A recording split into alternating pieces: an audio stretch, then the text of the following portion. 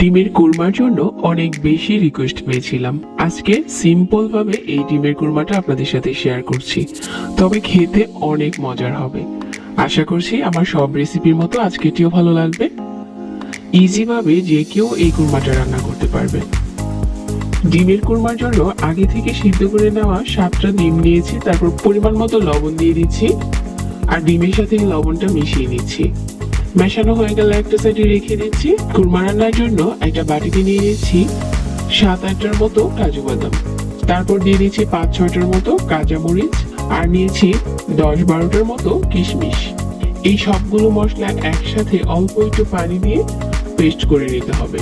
মশলাটা আমার পেস্ট করা হয়ে গেছে, তারপর রান্নায় চলে যাচ্ছি।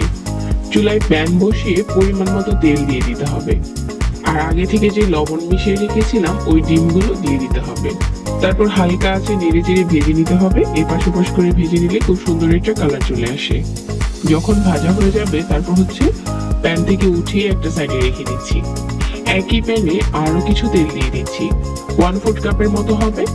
তারপর এখানে কিছু আস্ত গরম মশলা দিয়ে দিচ্ছি। গরম মশলাটা তেলের সাথে কিছুক্ষণ ভেজে নিতে হবে যাতে খুব সুন্দর একটা স্মেল আসে। ভেজে নেওয়া হয়ে গেলে এখানে 2টার মতো পেঁয়াজ বাটা দিয়ে দিতে হবে। চাইলে কুচি পেঁয়াজটাও নিতে পারে, তবে বাটা পেঁয়াজটা দিলে খেতে বেশি ভালো লাগে। তেলের সাথে এই পেঁয়াজটা কিছুক্ষণ ভেজে নিচ্ছি। তারপর এখানে দিয়ে দিচ্ছি 1 চা চামচ আদা আর রসুন বাটা। আদা রসুনটা দেওয়ার পর নেড়ে চেড়ে মিশিয়ে নিচ্ছি আর আরো কিছুক্ষণ ভেজে নিচ্ছি। যখন এই আদা রসুনের কাঁচা গন্ধটা চলে যাবে তারপর আমরা বাকি মশলাগুলো এখানে দিয়ে দিব। খুব সুন্দর একটা স্মেল চলে এসেছে আর আদা আর পেঁয়াজ রসুনটা ভাজা হয়ে গেছে।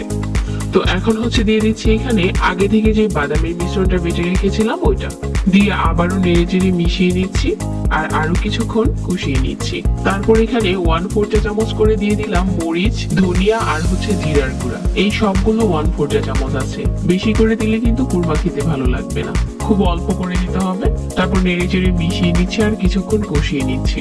যখন নেড়ে চেড়ে মিশিয়ে নেওয়া হয়ে যাবে আর খুব সুন্দর একটা কালার চলে আসবে, ওই পর্যায়ে দিয়ে দিতে হবে 1 কাপ লিকুইড মিল্ক। লিকুইড মিল্কটা দেওয়ার পর আবারও নেড়ে চেড়ে মিশিয়ে নিচ্ছি আর এখন দিয়ে দিব ভেজে নেওয়া ডিমগুলো। তারপর নেড়ে চেড়ে মাঝারি আঁচে রান্না করে নিতে হবে। নেড়ে চেড়ে মিশিয়ে নিয়ে জাল করতে হবে যতক্ষণ না মিল্কটা ঘন হয়ে যাচ্ছে, মশলার সাথে পুরোপুরি মিশে যাচ্ছে আর খুব সুন্দর একটা কালার চলে আসছে। তো বেশ কিছুক্ষণ রান্না করে নিয়েছি। এখন আমাদের ডিমের কুরমা রান্না করা প্রায় শেষের দিকে। এখন উপর থেকে 2টার মতো কাঁচামরিচ মাঝখান থেকে ভেঙে দিয়ে দিতে হবে আর কিছু পেঁয়াজ বেরেস্তা দিয়ে দিচ্ছি। 1 চা চামচ ঘি দিয়ে দিচ্ছি, খুব সুন্দর একটা ফ্লেভার আসবে। তো কুরমা রান্না করা এখন শেষ। তো এগুলো দেওয়ার পর চুলা থেকে নামিয়ে নিতে হবে। এখন গরম গরম পরিবেশন করার পালা। খুব সিম্পল ভাবে আপনিও চাইলে বাসায় এই কুরমাটা রান্না করতে পারবেন। আশা করছি আজকের রেসিপি ভালো লেগেছে সবার কাছে। সবাইকে অনেক ধন্যবাদ জানাচ্ছি আর আজকে এখানে বিদায় নিচ্ছি। আল্লাহ হাফিজ।